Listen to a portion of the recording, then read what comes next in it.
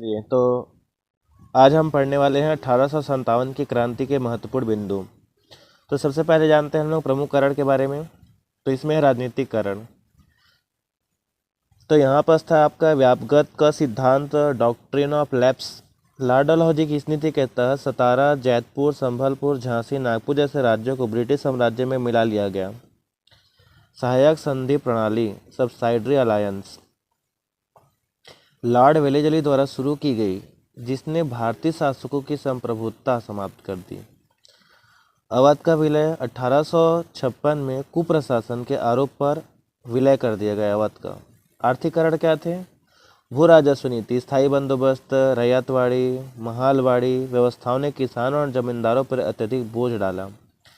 धान का निकास, भारत की संपत्ति का इंग्लैंड की ओर हस्तांतरण, भारतीय उद्योगों का पतन, ब्रिटिश मशीनीकृत सामानों के कारण हस्तशिल्प और पारंपरिक उद्योग नष्ट हो गए। सामाजिक और धार्मिक कारण, सामाजिक सुधार में सती प्रथा का उन्मूलन 1829, विधवा पुनर्विवाह अधिनियम 1856 को रूढ़िवादी भारतीयों द्वारा हस्तक्षेप माना जाना। ईसाई मिशनरियों की गतिविधियां, जबरन धर्मांतरण की आशंका। जातिगत भेदभाव, भारतीयों के साथ नस्लीय भेदभाव और अपमानजनक व्यवहार।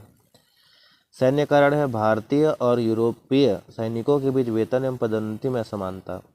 सामान्य सेवा भर्ती अधिनियम है ना, जनरल सर्विस इनलिस्टमेंट एक्ट 1856, इसके तहत सैनिकों को समुद्र पार भी सेवा करने के लिए बाध्य किया गया, जो भारतीय सैनिकों की धार्मिक मान्यताओं के विरुद्ध था। तात्कालिक कारण था यहाँ पे इमीडिएट कॉज, चर्बी वाले कारतूस। नई इनफील्ड राइफल में इस्तेमाल होने वाले कारतूसों पर गाय और सुअर की चर्बी लगी होने की अफवाह, जिसे इस्तेमाल से पहले मुंह से खोलना पड़ता था। इसके बाद देखिए विद्रोह का आरंभ और प्रसार के बारे में बात करते हैं। पहली घटना है 29 मार्च 1857 में बैरकपुर में मंगल पांडे ने चर्बी वाले कारतूस के इस्तेमाल से इनकार कर अपने वरिष्ठ अधिकारी पर हमला किया। उन्हें 8 अप्रैल 1857 को फांसी दे दी गई। विद्रोह की शुरुआत 10 मई 1857 को मेरठ से भारतीय सैनिकों ने विद्रोह शुरू किया और 11 मई को दिल्ली पर कब्जा कर लिया। नेता, उन्होंने अंतिम मुगल सम्राट बहादुर शाह द्वितीय जफर को अपना नेता घोषित किया। अब स्थान, भारतीय नेता और दमनकारी ब्रिटिश अधिकारी के बारे में जानते हैं। सबसे पहले स्थान है दिल्ली। भारतीय नेता था बहादुर शाह द्वितीय नाम मात्र के। दमनकारी थे बख्तर खान, वास्तविक सैन्य नेतृत्व।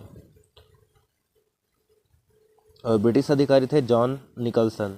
लखनऊ, बेगम हजरत महल अपने अल्पायु पुत्र बर्जिस कादिर के नाम पर। ठीक है। इसके बाद दमनकारी थे हेनरी लॉरेंस, कॉलिन कैंपबेल। इसके बाद है कानपुर। इसमें भारतीय नेता थे नाना साहेब, पेशवा बाजीराव द्वितीय के दत्तक पुत्र। तात्या टोपे। दमनकारी थे यहाँ पे सर ह्यू व्हीलर और कॉलिन कैंपबेल। स्थान है झांसी। भारतीय नेता थे यहाँ पे रानी लक्ष्मीबाई। दमनकारी थे आपके ह्यू रोज। इलाहाबाद। ठीक है। इसके भारतीय नेता थे यहाँ पे लियाकत अली और दमनकारी ब्रिटिश शासक थे कर्नल नील। इसके बाद है बिहार, जगदीशपुर। इसके भारतीय नेता थे कुंवर सिंह और दमनकारी थे विलियम टेलर, विंसेंट आयर। अब जानते हैं विफलता कारण क्या थे। संगठन और नेतृत्व कमी, विद्रोह में केंद्रीय नेतृत्व और समन्वय का अभाव, सीमित भौगोलिक विस्तार, मुख्य रूप से उत्तर भारत तक सीमित, बम्बई, मद्रास और बंगाल के बड़े हिस्से प्रभावित रहे हैं। सीमित साधन, विद्रोहियों के पास आधुनिक हथियार और धन की कमी थी। भारतीय वर्गों का समर्थन नहीं, शिक्षित मध्यम वर्ग, व्यापारी और कई बड़े जमींदारों ने अंग्रेजों का साथ दिया तथा तटस्थ रहे। ब्रिटिश सेना की श्रेष्ठता, अंग्रेजों की बेहतर रणनीति, संचार, टेलीग्राफ और सैन्य शक्ति। अब परिणाम क्या हुए? कंपनी शासन का अंत हो गया। भारत सरकार अधिनियम 1858, गवर्नमेंट ऑफ इंडिया एक्ट 1858 द्वारा ईस्ट इंडिया कंपनी का शासन समाप्त कर दिया गया। ब्रिटिश शासन का सीधा शासन, भारत पर शासन का नियंत्रण सीधे ब्रिटिश क्राउन महारानी विक्टोरिया के अधीन आ गया। वायसराय का पद, गवर्नर जनरल के पद को बदलकर भारत का वायसराय कर दिया गया। लॉर्ड कैनिंग भारत के अंतिम गवर्नर जनरल और पहले वायसराय बने। महारानी का घोषणा पत्र 1858 भारतीय शासकों के साथ संधियों का सम्मान करने और राज्यों को हड़पने की नीति व्यवगत का सिद्धांत को समाप्त करने का वादा किया गया। सेना का पुनर्गठन, भारतीय सेना में यूरोपीय सैनिकों की संख्या बढ़ाई गई और फुट डालो और राज करो की नीति अपनाई गई। पील आयोग 1858 में सेना के पुनर्गठन के लिए नियुक्त किया गया।